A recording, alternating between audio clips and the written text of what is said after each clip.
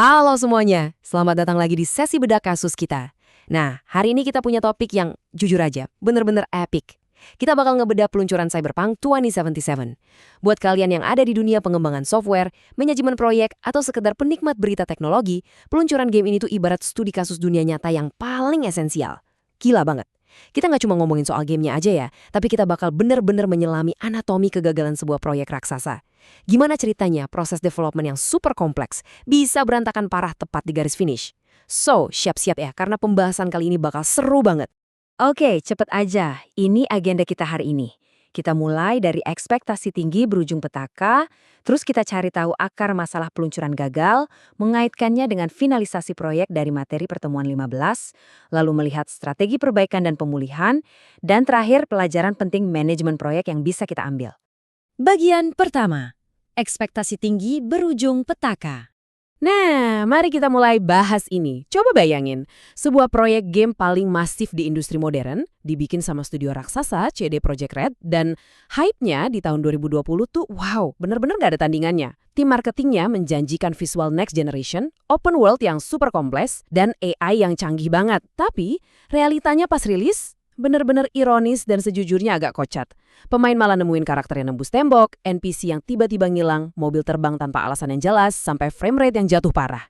Jomplang banget kan antara janji manis marketing dan kenyataan pahitnya? Ini langsung jadi sorotan satu dunia loh. Kalau kita lihat langsung dari dokumen sumbernya nih, jelas banget dicatat kalau biarpun visualnya emang cakep di PC tertentu, game ini bener-bener hancur lebur di konsol generasi lama. Konsol-konsol itu ibaratnya udah megap-megap karena optimisasinya belum matang sama sekali, aset gamenya terlalu berat, ada memory leak, dan rendering overload. Hasilnya, yaitu tadi, FPS drop parah, game sering nge-crash sendiri, dan loading screen yang lamanya minta ampun. Masuk ke bagian kedua, akar masalah peluncuran gagal. Sekarang mari kita ganti perspektif. Dari kacamata gamer yang kecewa, kita intip ke balik layar tim developer. Pertanyaannya, gimana bisa tim sekelas mereka ngerilis produk yang berantakan begini? Jawabannya cukup bikin geleng-geleng kepala. Testing yang nggak maksimal. Menurut sumber kita, banyak banget bug yang sebenarnya udah dilaporin sama tim penguji internal, tapi malah diabaikan. Kenapa bisa gitu? Nah, ini dia. Dokumentasi dan workflow mereka tuh terlalu kompleks.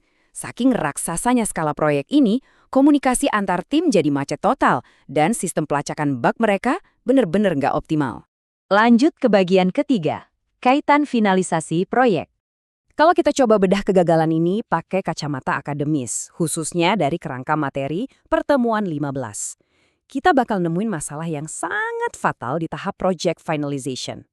Tahap ini tuh bener-bener krusial di akhir proyek.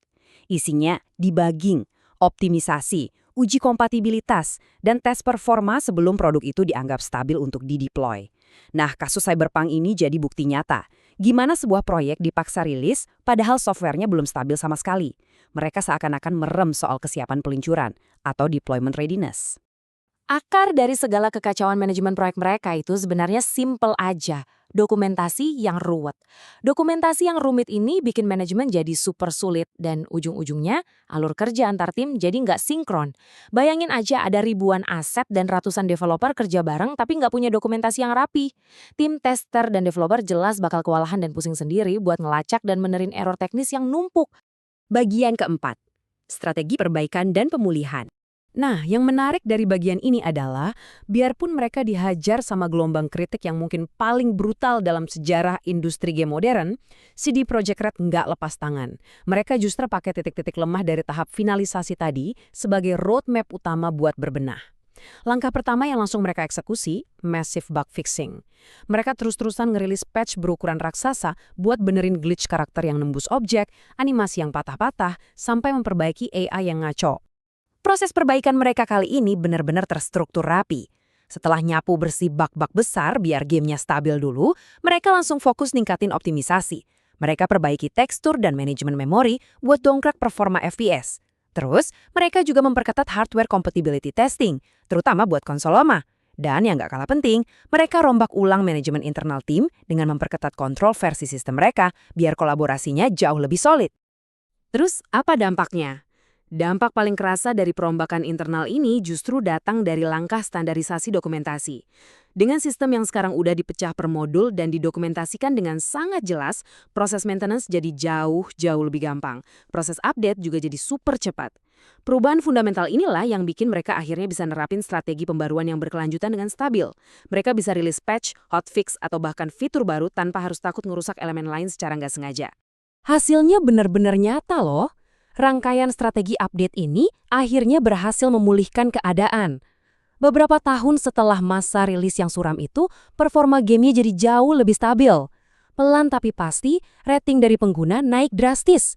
Gamenya kembali populer, dan the best part is, mereka akhirnya sukses besar pas ngerilis ekspansi cerita baru.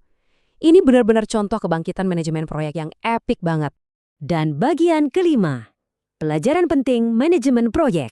Jadi dari roller coaster perjalanan ini, apa intisari yang wajib banget kita catat? Poin krusialnya adalah, visual yang spektakuler itu nggak ada artinya sama sekali, tanpa testing yang ketat dan optimisasi yang mendalam. Sebuah proyek dengan ide sejenius apapun bisa hancur lebur di lapangan. Tahap finalisasi proyek itu secara mutlak nentuin nasib kualitas produk akhir kamu, nama baik perusahaan, dan pastinya pengalaman pengguna. Pada akhirnya, semuanya balik lagi ke seberapa bagus dokumentasi yang kalian punya. Dokumentasi itu yang nentuin maintainability atau kemudahan pemeliharaan. Tanpa dokumentasi yang jelas, ngebenerin sistem yang rusak itu ibarat nyari jarum di tumpukan jerami. Susah banget. Apalagi buat ngembanginnya ke tahap selanjutnya. Tapi sebaliknya, kalau dokumentasi kalian terstandarisasi, alur kerjanya gampang dipetakan. Proses update dan development selanjutnya pun bisa dieksekusi dengan jauh lebih cepat dan presisi. Singkatnya, kasus nyata dari Cyberpunk 2077 ini memvalidasi satu hal penting. Konsep debugging, testing, dan kesiapan deployment itu bukan cuma teori ngebosenin di atas kertas. Konsep-konsep ini adalah pilar absolut yang menopang berdirinya sebuah produk teknologi komersial. Kalau kalian nekat ngebaikan satu pilar aja, apalagi di fase krusial kayak finalisasi, bersiaplah ngelihat seluruh struktur proyek kalian runtuh. Sebagai penutup explainer kita kali ini, saya mau ninggalin kalian dengan satu pertanyaan provokatif nih. Mengapa proyek dengan teknologi super tinggi tetap bisa gagal total saat dirilis?